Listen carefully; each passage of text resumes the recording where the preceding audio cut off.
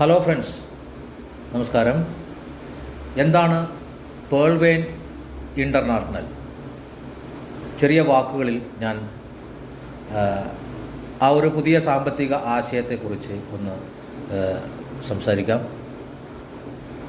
ഈയൊരു വെബ്സൈറ്റ് ലോകത്തിന് മുമ്പിൽ അവതരിപ്പിക്കപ്പെടുന്നത് 2015 നവംബർ 28-നാണ്.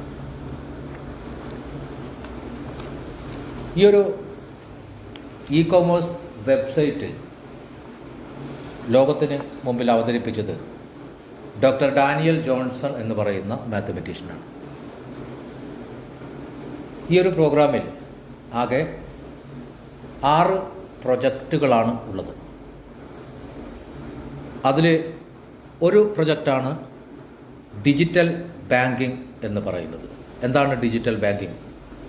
ഡിജിറ്റൽ കറൻസി എന്ന് പറഞ്ഞാൽ നമുക്ക് എല്ലാവർക്കും അറിയുന്നത് പോലെ നമ്മുടെ ഇന്ത്യയുടെ ഡിജിറ്റൽ കറൻസിയാണ് ഇ-റുപ്പി എന്ന് പറയുന്നത്. നമ്മുടെ വാർത്തകളിൽ നമ്മളെല്ലാവരും മനസ്സിലാക്കുന്നത് പോലെ അത് പരീക്ഷിക്കപ്പെട്ടുകൊണ്ടിരിക്കുന്നു. അതിൻ്റെ എല്ലാ പ്രവർത്തനങ്ങളുമായി നമ്മുടെ രാജ്യം മുന്നോട്ട് പോവുകയാണ്. ഡിജിറ്റൽ കറൻസി എന്ന് പറഞ്ഞാൽ നമ്മളിപ്പോൾ ഉപയോഗിക്കുന്ന പേപ്പർ കറൻസിയുടെ ഇലക്ട്രോണിക് രൂപം എന്നാണ് പറയുക. അതിൻ്റെ മൂല്യം എന്ന് പറയുന്നത് നമ്മളിപ്പോൾ ഉപയോഗിക്കുന്ന കറൻസിയുടെ അതേ മൂല്യമാണ്.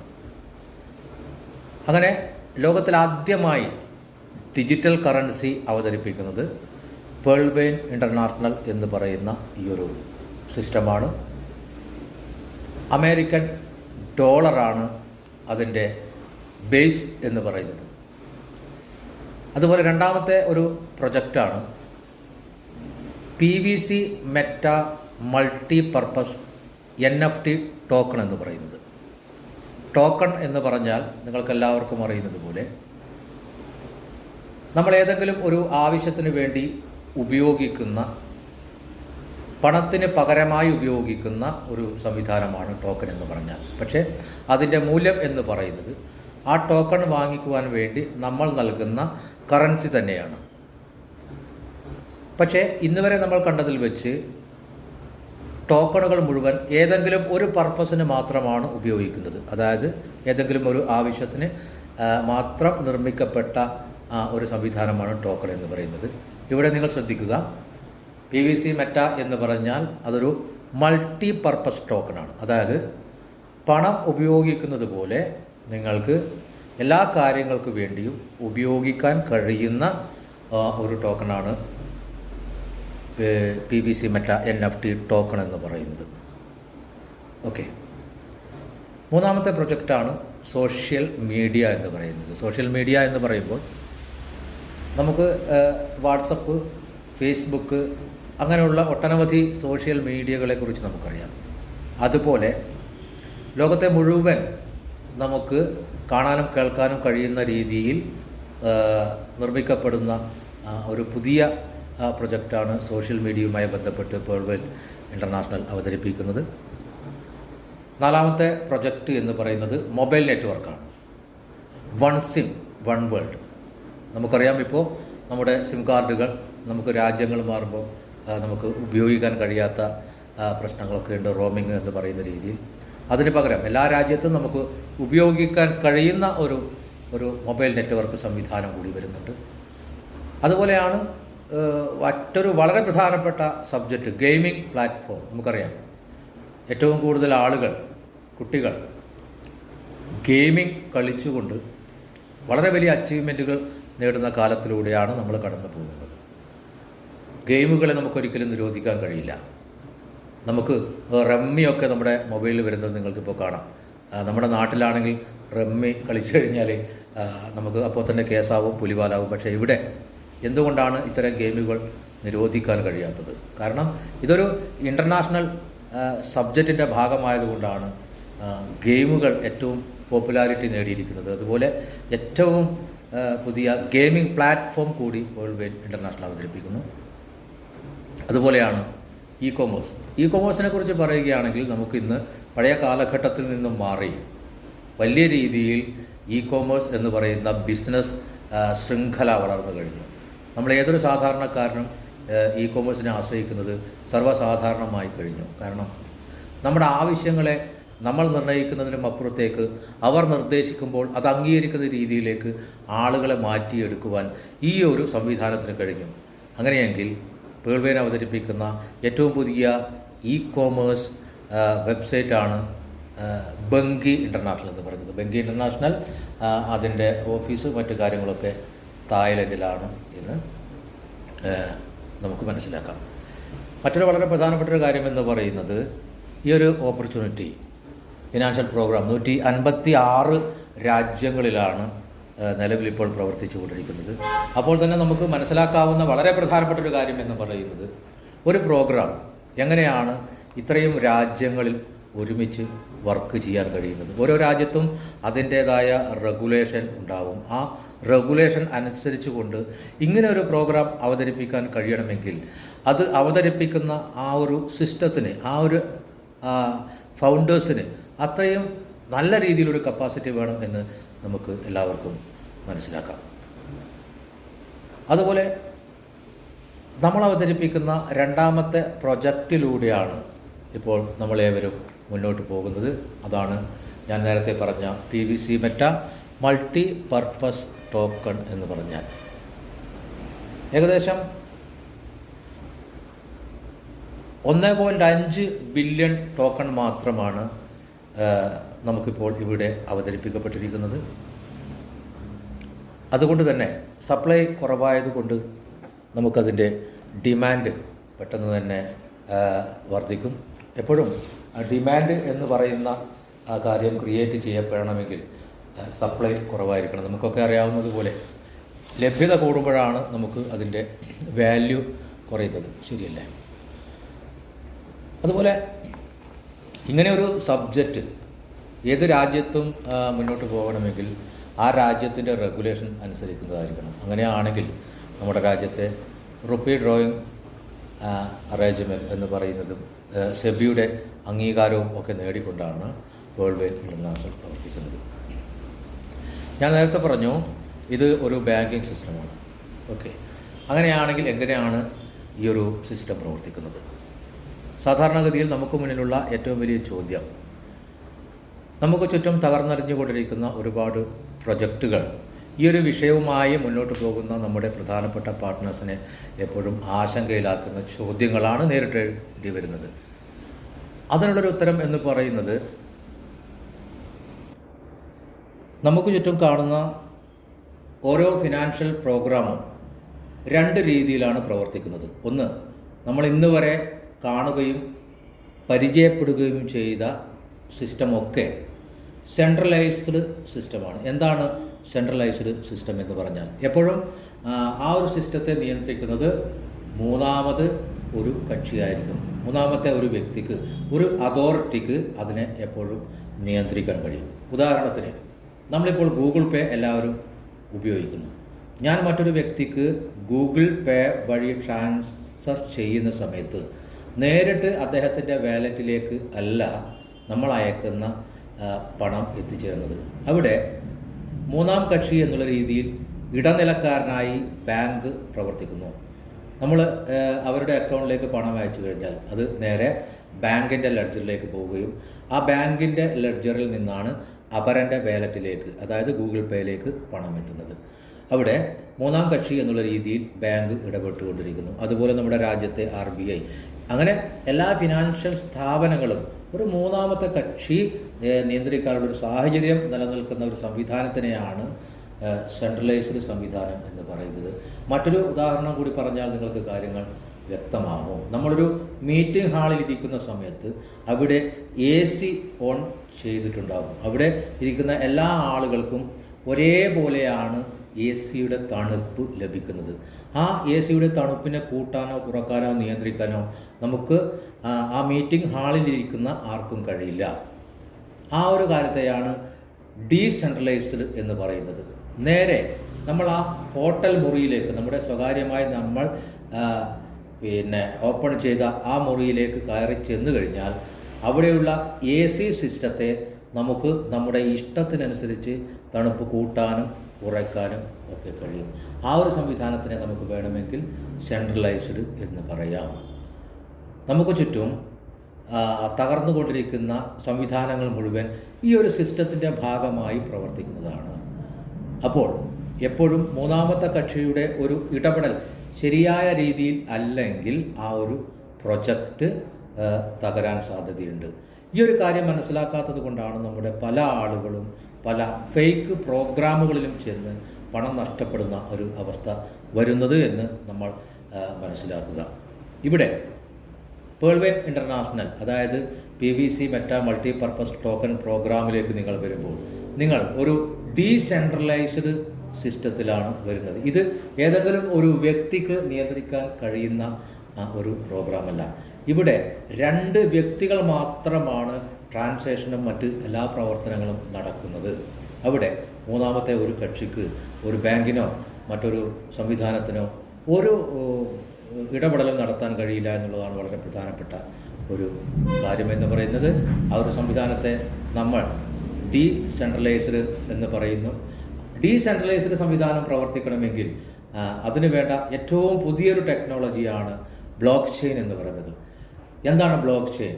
നമ്മൾ സാധാരണഗതിയിൽ പഴയ ബാങ്കിങ് സംവിധാനത്തെ ഉപയോഗിച്ച ആളുകൾക്കറിയാം. നമ്മളവിടെ ഓരോ കാര്യങ്ങളും നമ്മുടെ ലെഡ്ജറുകളിൽ എഴുതി ഒപ്പിടുകയും മറ്റു കാര്യങ്ങൾ കിട്ടി ബോധിച്ചു അങ്ങനെയൊക്കെ പറഞ്ഞുകൊണ്ടാണ് നമ്മൾ ആ ഒരു ഫിനാൻഷ്യൽ പ്രോഗ്രാം കൈകാര്യം ചെയ്തിരുന്നത്. അതിനുശേഷം ലെഡ്ജറിന് പകരം കുറേ കമ്പ്യൂട്ടറിലേക്ക് നമ്മുടെ ഇടപാടുകൾ മാറി എന്നൊരു മാറ്റം മാത്രമേ ബാങ്കുകളിലുള്ളൂ. പക്ഷേ ഡീസെൻട്രലൈസ്ഡ് ബാങ്കിങ് സിസ്റ്റത്തിലേക്ക് പോകുന്ന സമയത്ത് ബ്ലോക്ക് ചെയിൻ ടെക്നോളജി എന്ന് പറഞ്ഞാൽ ഒരു വ്യക്തി ഇതിലേക്ക് കടന്നു വരുന്ന സമയത്ത് അദ്ദേഹത്തിൻ്റെ എല്ലാ ഡീറ്റെയിൽസും ആയിരക്കണക്കിന് കമ്പ്യൂട്ടറുകളിൽ, അതായത് ആയിരക്കണക്കിന് ബ്ലോക്കുകളിൽ വിത്തിൻ സെക്കൻഡ് രേഖപ്പെടുത്തുകയാണ്. ആ ബ്ലോക്കുകളെ നിയന്ത്രിക്കാൻ അല്ലെങ്കിൽ നശിപ്പിക്കാൻ മറ്റൊരു വ്യക്തിക്ക് ഒരിക്കലും കഴിയില്ല. വളരെ ലളിതമായി മറ്റൊരു രീതിയിൽ ബ്ലോക്ക് ചെയിനെ കുറിച്ച് പറഞ്ഞു കഴിഞ്ഞാൽ, നമ്മളൊരു മുറിയിൽ 5 പേർ താമസിക്കുന്നു എങ്കിൽ 5 പേരുടെ കോമൺ ചെലവും ഒരു വ്യക്തി മാത്രം എഴുതി വെക്കുന്നു എന്ന് കരുതുക. അങ്ങനെയാണെങ്കിൽ ഈ 4 പേരറിയാതെ ആ ഒരു മാസ ചെലവിൽ തിരുത്തൽ വരുത്തി നമുക്ക് കൂട്ടുകയോ കുറയ്ക്കുകയോ ഒക്കെ ചെയ്യാം. പക്ഷേ ഈ 5 പേരും കണക്ക് കൃത്യമായി എഴുതി സൂക്ഷിക്കുന്നതാണെങ്കിൽ 5 പേരുടെ കണക്കും തിരുത്തിയാൽ മാത്രമേ ആ ഒരു ഇടപാടിൽ മാറ്റം വരുത്താൻ കഴിയുകയുള്ളൂ. അതേപോലെ ബ്ലോക്ക് ചെയിൻ ടെക്നോളജിയിൽ പ്രവർത്തിക്കുന്ന ഒരു ഇടപാട് ഒരിക്കലും നമുക്ക് തിരുത്താനോ മറ്റു കാര്യങ്ങൾ ചെയ്യാനോ കഴിയില്ല. മറ്റൊരു അതോറിറ്റിയുടെ നിയന്ത്രണത്തിന് കീഴിലല്ല അത് പ്രവർത്തിക്കുന്നത്. അതുകൊണ്ടാണ് പറയുന്നത് ഏറ്റവും സുതാര്യമായ രീതിയിൽ നമുക്ക് ചെയ്യാൻ കഴിയുന്ന ഒരു സിസ്റ്റമാണ് ഡീസെൻട്രലൈസ്ഡ് എന്ന് പറയുന്നത്. ഇപ്പോൾ നമുക്കൊരു കാര്യം മനസ്സിലാക്കാം. ലോകത്തിൽ പണം കൈകാര്യം ചെയ്ത 2 തരത്തിലാണ്. സാമ്പത്തിക സംവിധാനങ്ങൾ, നമ്മുടെ പ്രൊജക്റ്റുകൾ ഒക്കെ സെൻട്രലൈസ്ഡും ഡീസെൻട്രലൈസ്ഡും. നമ്മൾ തകർന്നു എന്ന് പറയുന്ന സംവിധാനങ്ങൾ മുഴുവൻ സെൻട്രലൈസ്ഡ് സിസ്റ്റത്തിൻ്റെതും പുതിയ ടെക്നോളജിൻ്റെ ഭാഗമായുള്ള സംവിധാനമാണ് ഡീസെൻട്രലൈസ്ഡ് ക്രിപ്റ്റോ കറൻസി. അതുപോലെ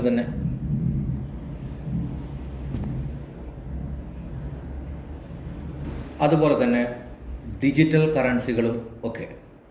അതുകൊണ്ട് പുതിയ കാലത്തിൻ്റെ ഒരു ബിസിനസ് രൂപമാണ് പേൾവെയിൻ ഇൻ്റർനാഷണൽ ഡിജിറ്റൽ ബാങ്കിങ് സിസ്റ്റം എന്ന് നമുക്ക് വേണമെങ്കിൽ പറയാം. ഈ ഒരു മേഖലയെക്കുറിച്ച് നമ്മൾ വളരെ വ്യക്തമായി പഠിക്കേണ്ടതുണ്ട്.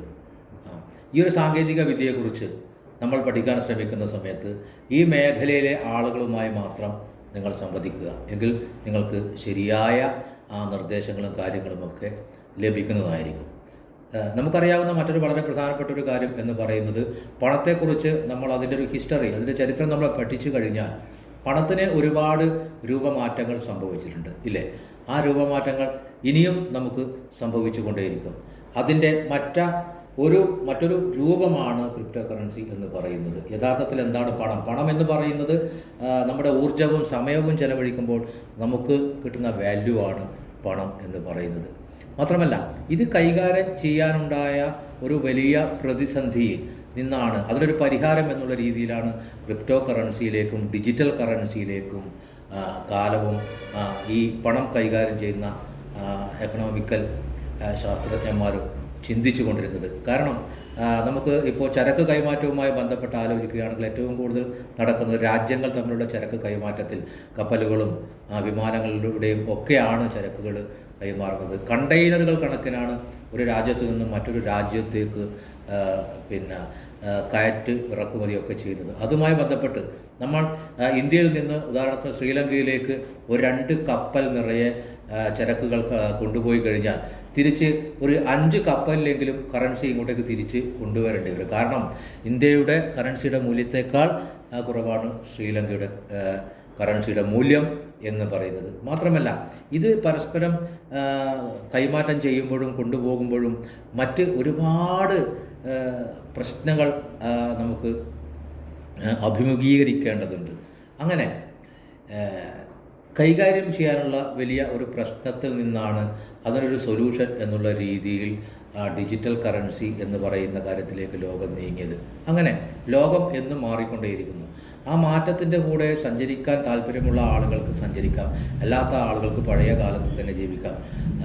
ആരോ പറഞ്ഞതുപോലെ പണ്ടുള്ള ആളുകൾ കാളവണ്ടിയിൽ യാത്ര ചെയ്തു, നമുക്കും ഇന്ന് വേണമെങ്കിൽ കാളവണ്ടിയിൽ തന്നെ യാത്ര ചെയ്യാം എന്ന് മാത്രമേ ഉള്ളൂ. ഈ ഒരു പ്രോസസ്സിലേക്ക് കടന്നു വരുമ്പോൾ നമുക്ക് 2 കാര്യങ്ങളാണ് ചെയ്യാനുള്ളത്. ഒന്ന് സീഡ് ഫണ്ടിങ്, അതുപോലെ തന്നെ ടോക്കൺ ഫാമിംഗ്. അപ്പോൾ സീഡ് ഫണ്ടിങ് എന്ന് പറഞ്ഞാൽ സാധാരണ നമ്മൾ ബാങ്കിങ് സിസ്റ്റത്തിൽ നമ്മൾ എന്താണ് ചെയ്യാറുള്ളത്? നമ്മളൊരു അക്കൗണ്ട് ഓപ്പൺ ചെയ്യുമ്പോൾ നമുക്ക് അതിൻ്റെ ഒരു ഷെയർ ഹോൾഡർ ആവുക എന്നുള്ളതാണ് വളരെ പ്രധാനപ്പെട്ടൊരു കാര്യം. ആ ഷെയർ ഹോൾഡർ ആവുന്ന പ്രക്രിയയെ പറയുന്നൊരു പേരാണ് സീഡ് ഫണ്ടിങ് എന്ന് പറയുന്നത്. അതിനുശേഷം മാത്രമാണ് നമ്മൾ എന്തെങ്കിലും ഒരു ബിസിനസ് ബാങ്കിൽ ചെയ്യുന്നത്. ഒന്നുകിൽ നമ്മൾ ലോൺ അപ്ലൈ ചെയ്യും, അല്ലെങ്കിൽ ഇൻവെസ്റ്റ് ചെയ്യും. ഓക്കെ, ആ ഒരു പ്രോസസ്സിനെയാണ് നമ്മൾ എന്ത് പറയുന്നത്? ടോക്കൺ ഫാമിംഗ് എന്ന് പറയുന്നത്. ഇവിടെ 2 തരത്തിൽ നമുക്ക് വരുമാനം ലഭിക്കുന്നു. സീഡ് ഫണ്ടിങ് ചെയ്യുന്ന ഒരു വ്യക്തിയെ സംബന്ധിച്ച് 500 TVC ബെറ്റ അല്ലെങ്കിൽ USDT ഉപയോഗിച്ചുകൊണ്ടാണ് നമ്മുടെ ഒരു അക്കൗണ്ട് ഓപ്പൺ ചെയ്യുന്നത്. അത് 1000 ദിവസം കൊണ്ട് നമുക്ക് ഇരട്ടിയായി തിരികെ ലഭിക്കുന്നു. അതിലും റഫറൽ കമ്മീഷനുണ്ട്. 20% മുതൽ 1% വരെ റഫറൽ കമ്മീഷൻ ലഭിക്കുന്നു. നിങ്ങളൊരു അക്കൗണ്ട് ഓപ്പൺ ചെയ്ത് മറ്റ് ബിസിനസ്സിലേക്ക് പോകാൻ താല്പര്യമുണ്ടെങ്കിൽ മാത്രം നിങ്ങൾ ഇൻവെസ്റ്റ് ആയാൽ മതി, അല്ലെങ്കിൽ അതിൻ്റെ മറ്റ് കാര്യങ്ങളിലേക്ക് പോയാൽ മതി. പക്ഷെ നമ്മൾ മനസ്സിലാക്കേണ്ടത്, നമ്മളൊരു പ്രൊജക്റ്റിനെ കുറിച്ച് മനസ്സിലാക്കാൻ ശ്രമിക്കുമ്പോൾ അതിൻ്റെ എല്ലാ സാധ്യതകളിലേക്കും പോകാൻ തയ്യാറെടുക്കുന്ന ആളാണ് നിങ്ങളെങ്കിൽ അതിൻ്റെ എല്ലാ പ്രോസസ്സിലൂടെയും നിങ്ങൾ കടന്നു പോകും. നമുക്ക് ഈ ഒരു സിസ്റ്റം പറയുന്നത് വളരെ പ്രധാനപ്പെട്ട 2-3 കാര്യങ്ങളാണ്. നിങ്ങൾക്കൊരു ഇൻവെസ്റ്ററായി ഇതിൽ പ്രവർത്തിക്കാം, അതുപോലെ തന്നെ നിങ്ങൾക്കൊരു റഫറൽ ബിസിനസ് ചെയ്യാം. ഈ 2 കാര്യങ്ങളാണ് സിസ്റ്റം മുന്നോട്ട് വെക്കുന്ന പ്രോഗ്രാം. ഇതിലേത് വേണമെന്ന് തിരഞ്ഞെടുക്കേണ്ടത് നമ്മളാണ്.